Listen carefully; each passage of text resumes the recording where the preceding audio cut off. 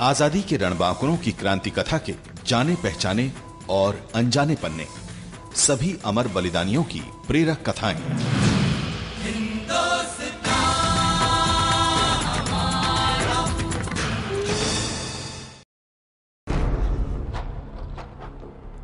18वीं शताब्दी।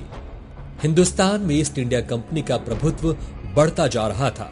पलासी के युद्ध में नवाब सिराजुद्दौला को पराजित करने के बाद फिरंगी ईस्ट इंडिया कंपनी के हौसले इस कदर बुलंद हो चुके थे कि अवध, अयोध्या और नागपुर से लेकर कर्नाटक तक वे छल और बल के सहारे बहुत गहरे तक अपनी जड़ें जमाने की हर संभव कोशिश में जुट गए। उनकी ललचाई नजरें समृद्ध और शक्तिशाली मराठा शासन पर भी गड़ी हुई थी, लेकिन लगभग 3 दशकों तक फिरंगियों की हर चाल को अपनी चतुराई से जिस महान राजनीतिक कुशल प्रशासक और प्रखर नेता ने कदम कदम पर नाकाम किया, उसका नाम था बालाजी जनार्दन भानु, जिसे इतिहास नाना फडणवीस के नाम से जानता है। आज से लगभग 269 वर्ष पूर्व सन 1772 ईस्वी को नाना का जन्म हुआ। उनके पिता जनार्दन पंत मराठा शासन में फडणवीस के अत्यंत शक्तिशाली पद पर नियुक्त थे। 30 मार्च सन 1756 ईस्वी पेशवा बालाजी बाजीराव ने कोंकण पर चढ़ाई कर दी। अपनी विशाल सेना के साथ वे 14 वर्षीय बालाजी जनार्दन भानु को भी अपने साथ ले गए। इतनी छोटी सी उम्र में युद्ध का ये प्रत्यक्ष अनुभव आगे चलकर नाना के बहुत काम आने वाला था। इन्हीं दिनों अचानक नाना के पिता जनार्दन पंत का निधन हो गया। फडणवीस का पद रिक्त नहीं रखा जा सकता था। पेशवा ने फैसला किया, हमारे फडणवीस जनार्दन पंत का निधन हो गया है और उसका एकमात्र पुत्र बालाजी जनार्दन भानु यानी हमारा प्यारा नाना अभी अल्प वयस्क है। किंतु नियम के अनुसार फडणवीस का पद वंशानुगत होता है और नाना अभी कच्ची उम्र का बालक है। लेकिन समझदारी और अपना दायित्व तो भली भांति निभाने में वो किसी वयस्क से कम नहीं है। कोंकण के युद्ध में हम उसके साहस और बुद्धि चातुर्य को स्वयं परख चुके हैं। वैसे तो हम भी उसके हौसले के कायल हैं, उसकी होशियारी के कायल हैं, किंतु परंतु में समय व्यर्थ करने से बेहतर है दिवंगत जनार्दन पंत के स्थान पर उनके पुत्र बालाजी जनार्दन भानु को पेशवाई के फडणवीस पद पर आसीन किया जाए। नाना।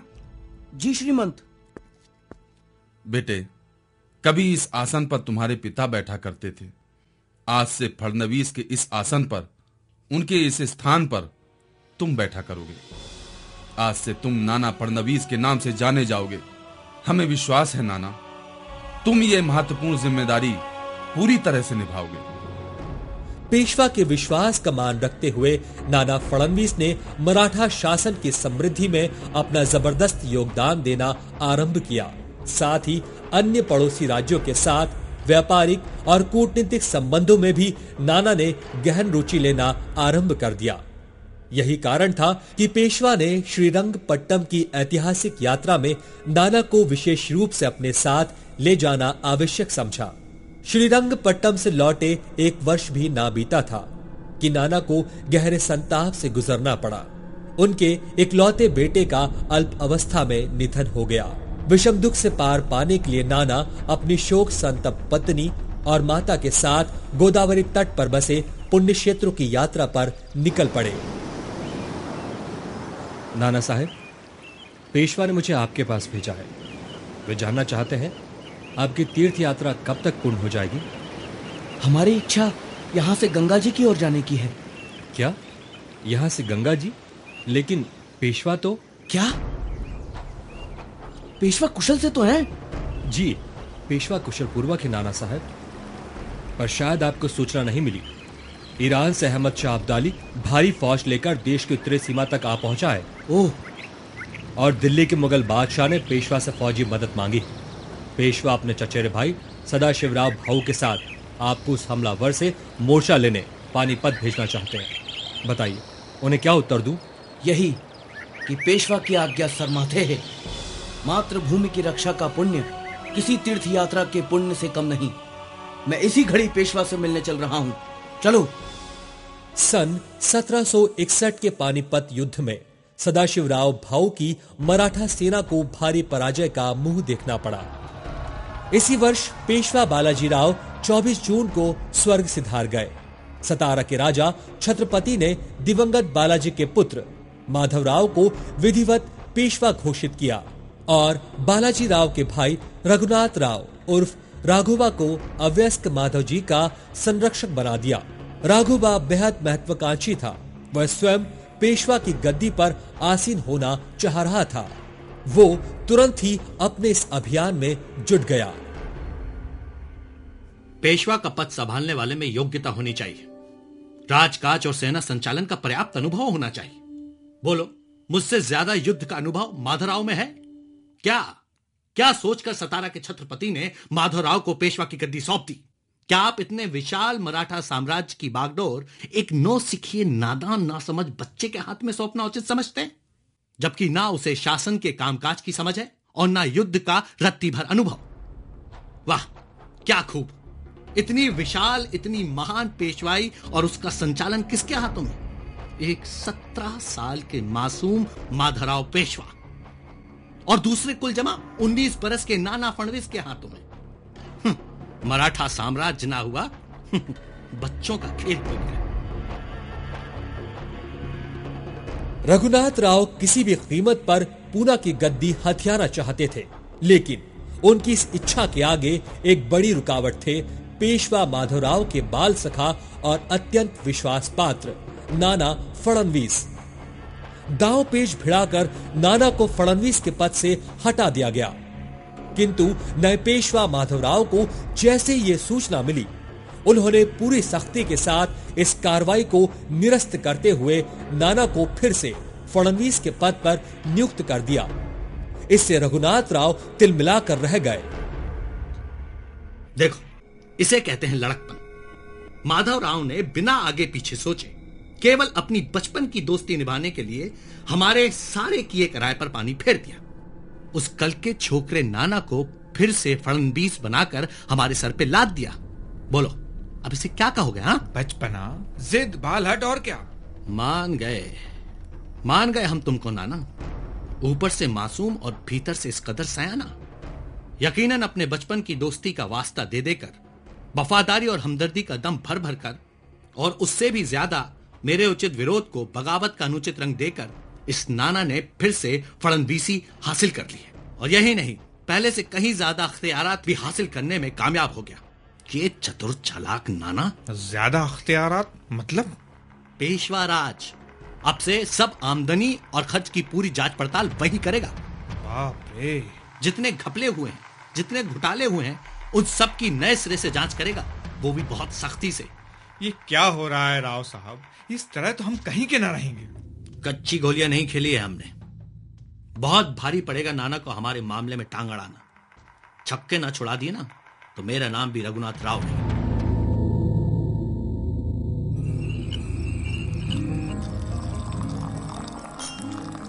अरे पेशवा बना है तो पेशवा की तरह व्यवहार भी तो करना सीखना चाहिए माधवराव को। इस तरह आंखें बंद कर कर पूरा पूरा विश्वास कर बैठना ना समझी है, नादानी, मूर्खता, बेवकूफी। अरे मैं कहता हूँ अव्वल दर्जे का गधा बनाइए। क्या गजब करते हो राव साहब, पेशवा को गधा कह रहे हो? इस नाना फडणवीस के मारे आजकल दिमाग बहुत गड़बड़ाया रहता है। पता है, हमारे भतीजे साहब माधवराव पेशवा उस नाना को फडणवीसी से ऊंचा ओहदा देने की फिक्र में है। तो क्या उठाकर पंत प्रधान बना देंगे? मत मारी गई है माधवराव की। कुछ भी बना सकता है, कुछ भी। बताओ, हमारे सामने वो कल का छोकरा, वो हमारे देखते देखते फडणवीस बना दिया गया और हम मर गए थे क्या? बताओ भाई, अब उसी नाना फडणवीस को पंत प्रधान बनाए दे रहे हैं। अरे आप क्या मर गए हो? फिर बकवास। और वास्तव में रघुनाथ राव की आशंका सही निकली।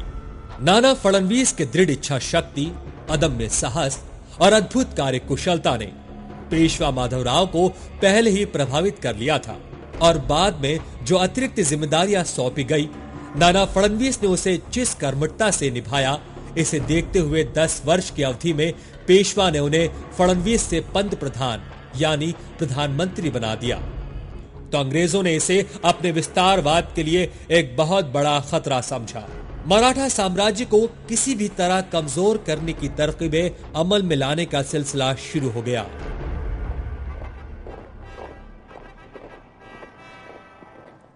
एक तरीका तो वही है जो हम हमेशा यूज करता है। साउथ में हैदर अली भी हमारा दुश्मन होता, उधर में निजाम ऑफकोर्स हमारा साथ देता है। आई थिंक इन मराठास को कमजोर करने के लिए इन तीनों को आपस में लड़ा देते हैं। हाँ, गुड आइडिया। ये तीनों का झगड़ा होगा, वो इस पे अटैक करेगा और वो उस पे अटैक करेगा। और हम तीनों में से जो भी हमारा हेल्प मांगेगा उसका टेरिटरी में अपना फौज घुसेड़ेगा। मदद का बदला में हम ट्रीटी करेगा।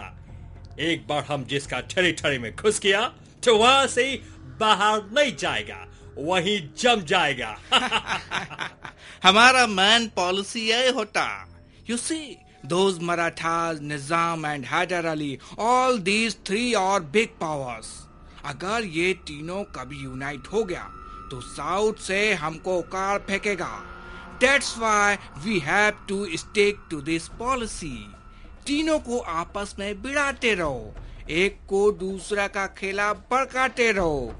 कभी इसका कंधा पे हाथ रखो, कभी उसके कंधा पे। Yes. तीनों आपस में फाइट करता करता एक दिन जरूर कमजोर हो जाएगा। हम उसका कमजोरी का फायदा उठाएगा और तीनों पर कब्जा कर लेगा। Yes, very good idea.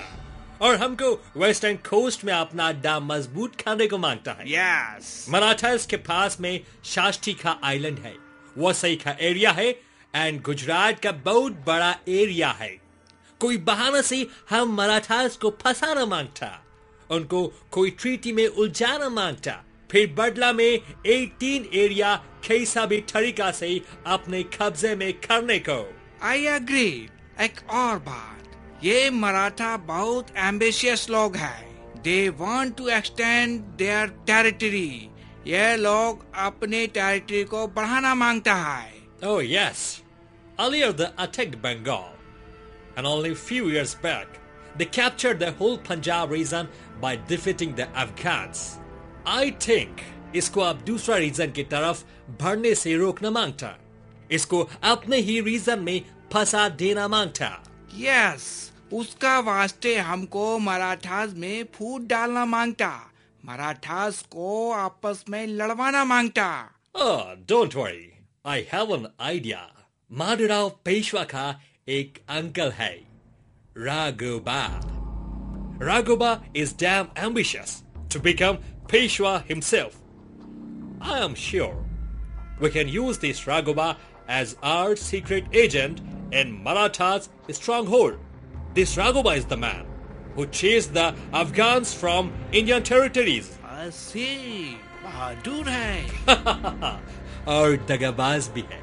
His lust for power knows no end. Good, very good. हमारा वास्ते बहुत सही आदमी है। और अंग्रेज अपने इरादों में कामयाब रहे। राघोबा से उनकी सांठगांठ हो गई। योजना के मुताबिक राघोबा ने अपना पांसा फेंका। मुझे इस बात की पक्की खबर मिली है कि निजामुल मुल्क हम पर जोरदार हमले की तैयारी कर रहा है। निजामुल मुल्क? नाना, राघोबा काका क्या कह रहे हैं? सुना तुमने? हमले की मुझे तो कोई माकूल वजह नजर नहीं आती। हो सकता है राघोबा को किसी ने गलत सूचना दे दी हो। गलत सूचना? और मुझे देगा? मेरा अपना विश्वास पात्र आदमी, मुझे तो इसकी कोई माकूल वजह नजर नहीं आती। और तुम क्या समझते हो नाना, मैं हर किसी की बातों में आ जाऊंगा? बेबुनियाद बातों पर पेशवा से चर्चा करने बैठ जाऊंगा? देखो नाना, जितनी तुम्हारी उम्र है ना, उससे कहीं ज्यादा मोर्चों पर पेशवा राज के दुश्मनों को शिकस्त दे चुका हूं मैं। और जितनी आप दोनों की उम्र है, कुल मिलाकर उससे कहीं ज्यादा बरस बिता चुका हूं पेशवा सेना में, और वो भी एक सेनापति की हैसियत से। स्वर्गवासी बालाजी बाजीराव पेशवा ने बड़े विश्वास के साथ मुझे पंजाब फतह करने भेजा था। इसलिए नहीं कि मैं उनका सगा भाई था, बल्कि इसलिए कि उन्हें मेरी उस क्षमता पर पूरा भरोसा था जो दुश्मन की हर हलचल को हवा के रुख देखकर ही भांप लेता था। मैंने भी उनके भरोसे को कभी झुटलाया नहीं, हर बार सच करके दिखाया। खूंखार अफगानों की तूफानी चाल से बढ़ती बेशुमार फौज को अपनी उसी क्षमताओं के बल पर पंजाब की धरती से उखाड़ कर फेंक दिया। पंजाब को इस महान पेशवा राज का एक हिस्सा भी बना दिया। कितने दुख की बात है कि जिस पेशवाई की खातिर मैंने कभी अपनी जान को जान ना समझा, आज उसी पेशवाई के हाथों मेरी सारी क्षमताओं, अनुभवों, वफादारियों को इस कदर सरसरी तौर से नजरअंदाज किया जा रहा है और सिरे से खारिज भी किया जा रहा है। राघोबा काका, आप जैसा समझ रहे हैं वैसा नहीं है। तो फिर कैसा है आखिर? क्या मैं अकारण ही निजाम पर हमले का आरोप लगा रहा हूं? क्या बिना किसी ठोस वजह से पेशवा राज को युद्ध की आग में धकेलना चाहता हूं मैं? नहीं, ऐसा तो हमने कभी सपने में भी नहीं सोचा काका साहेब। हमें आपकी निष्ठा पर पूर्ण विश्वास है ना? तो फिर जैसा मैं कहता हूं वैसा करो। मुंबई में अंग्रेज गवर्नर जनरल से तुरंत संधि कर लो। संधि? कैसी संधि? और भला क्यों? इसलिए कि निजाम की ताकत बहुत बड़ी है। संधि करने पर अंग्रेजों से हमें पूरी फौजी मदद मिल जाएगी। और बदले में क्या देना होगा उन्हें? कुछ ज्यादा नहीं, केवल वसई और शास्त्री के इलाके। और राघोबा के इस तरह जोर देने पर पेशवा माधवराव को अंग्रेजों से संधि करने पर मजबूर होना पड़ा। लेकिन ना तो निजाम हमला करने वाला था और ना संधि की शर्तें पूरी होने वाली थी। बहरहाल इस बिला वजह की संधि का एक बुरा नतीजा ये हुआ कि अंग्रेजों को पेशवा के दरबार में घुसपैठ करने का मौका मिल गया। पेशवा दरबार की एक एक खामी और खूबी से वे भली भांति परिचित हो गए। राघोबा के रूप में उन्हें घर का एक भेदी मिल ही चुका था। इसी मोहरे को आगे कर राजनीति की बिसात पर अगली चाल चली गई। पेशवा दरबार में फूट के बीज बोने में अंग्रेज इस हद तक कामयाब हो गए कि पेशवा माधवराव अपने काका राघोबा की हरकतों से बेहद तंग आ गया। मजबूर होकर उसने राघोबा को कैद करवा डाला, लेकिन जल्द ही राघोबा फिर मुक्त कर दिया गया। 18 नवंबर सन 1772 रहस्यमयी परिस्थितियों में 28 वर्षीय पेशवा माधवराव की मृत्यु हो गई। विशाल वटवृक्ष की भांति फैले हुए पेशवा साम्राज्य की जड़ें मानो हिल गई। माधवराव की कोई संतान नहीं थी। मृत्यु से पहले उसने अपने छोटे भाई नारायण राव को अपना उत्तराधिकारी घोषित किया और राघोबा से प्रार्थना की कि नए पेशवा के रूप में नारायण राव की हर संभव सहायता करे। वेल राघोबा, अब तुम नारायण राव का गार्जियन बन गया। पहले माधवराव रूल किया, अब नारायण राव रूल करेगा और तुम एक के बाद एक इन लोगों का खिदमत करेगा। ओह, इट्स सो सैड। आपने सही फरमाया। कल के छोकरे जो मेरे सामने नंगे घूमते थे, एक के बाद एक पेशवा की गद्दी पर बैठे जा रहे हैं, और मैं वो राघोबा जिसकी बदौलत पेशवा सल्तनत पूना से पंजाब तक फैल गई, और मैं हर बार महज इन छोकरों का सरपरस्त बनकर रह गया। नहीं, यह अपमान अब मैं और नहीं सहूंगा। पेशवा की गद्दी पर अब मैं ही बैठूंगा, चाहे मुझे उसके लिए कुछ भी करना पड़े। हर कदम उठाने के लिए मैं तैयार हूं। यस, तुम सरीका बहादुर, तुम सरीका क्लेवर होशियार आदमी, पेशवा का गद्दी पर सबसे ज्यादा तुम्हारा हक बनता है राघोबा। और अपना वो हक मैं लेकर रहूंगा। बस आप लोग मेरी मदद करते रहिए, फिर देखिए ये रघुनाथ राव क्या गुल खिलाता है। और वाकई पेशवा पद की हवस में राघोबा ने बड़ा भयानक गुल खिला डाला। मासूम नारायण राव के खिलाफ साजिश रचकर एक दिन उसे भी मौत की नींद सुला दिया और साथ ही साथ राजधानी पुणे में भयंकर अराजकता फैला दी। लूट खसोट और आगजनी का दौर चल पड़ा। इस अफरा तफरी का लाभ उठाते हुए राघोबा ने खुद को पेशवा घोषित कर दिया। लेकिन ऐसे नाजुक वक्त में नाना फडणवीस साहस और दूरदर्शिता का परिचय देते हुए परिस्थिति पर काबू पाने में सफल रहे। पेशवा साम्राज्य के 12 महत्वपूर्ण व्यक्तियों का एक संगठन आनंद फानन में खड़ा कर दिया गया, जिसे 12 भाई के नाम से जाना गया। नाना ने इसके जरिए सतारा में बैठे छत्रपति पर जबरदस्त दबाव बनाकर राघोबा का पेशवा पद पर आरूढ़ होना निरस्त कराया और साथ ही दिवंगत नारायण राव के बेटे सवाई माधवराव को पेशवा घोषित करा दिया। बौखलाए हुए अंग्रेजों ने राघोबा को पेशवा बनवाने के लिए मराठा राज्य पर हमला बोल दिया, लेकिन नाना ने बड़ी वीरता से मुकाबला करते हुए उन्हें करारी शिकस्त दी। अंग्रेजों को मजबूर होकर नाना से सुलह करना पड़ी, जिसे इतिहास में पुरंदर संधि के नाम से जाना जाता है। लेकिन एक बार फिर इस संधि का उल्लंघन करते हुए अंग्रेजों ने राघोबा को पेशवा बनाने के लिए सर उठाया। इस बार नाना ने उन्हें बड़गांव में बुरी तरह पराजित करते हुए उनके सारे मंसूबे मिट्टी में मिला दिए।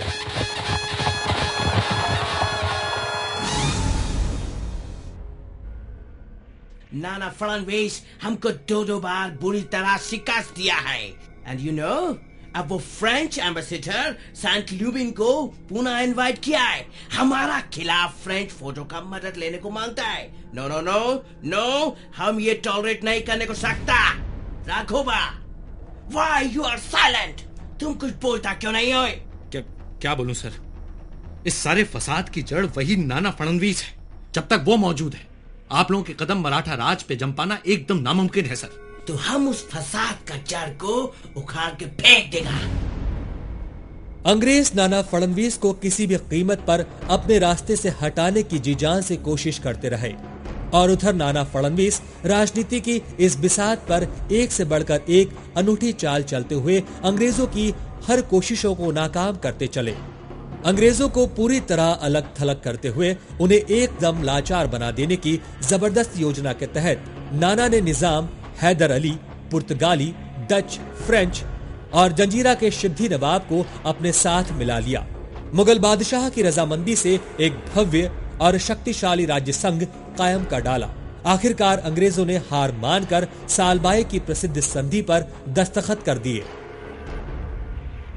Of course, हमने सालबाई का ट्रीटी पे दस्तखत कर दिया, बट नो, उसको मानने को नहीं सकता।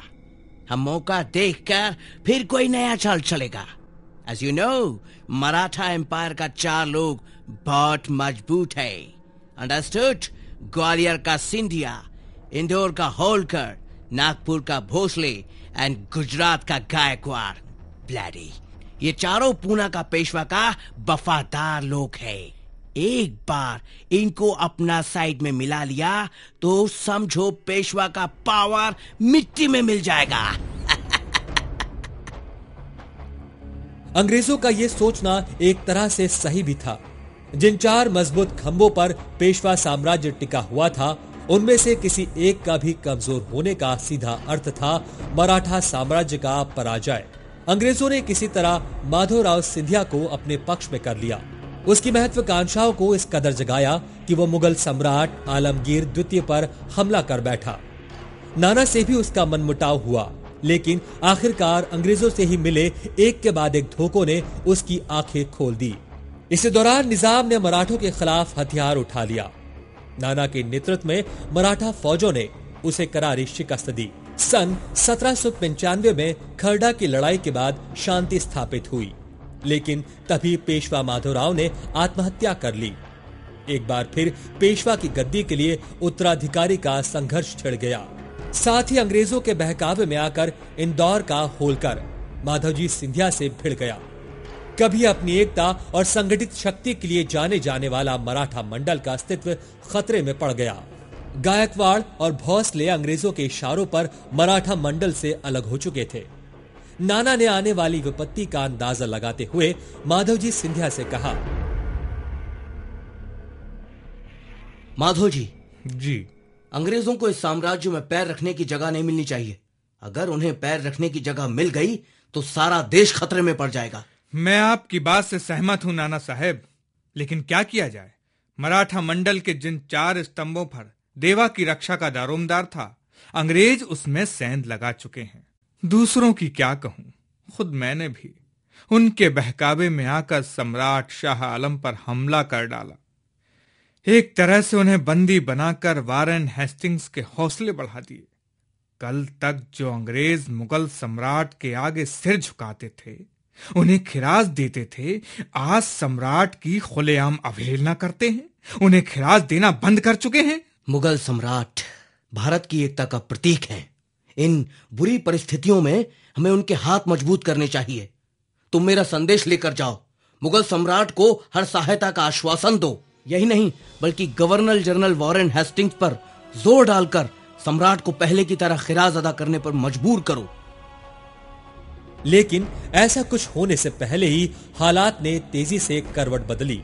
पूना में राघव जी का बेटा बाजीराव छलकपट से पेशवा की गद्दी पर आसीन हो गया। उधर माधवजी सिंधिया रहस्यमय परिस्थितियों में मौत का शिकार हुए।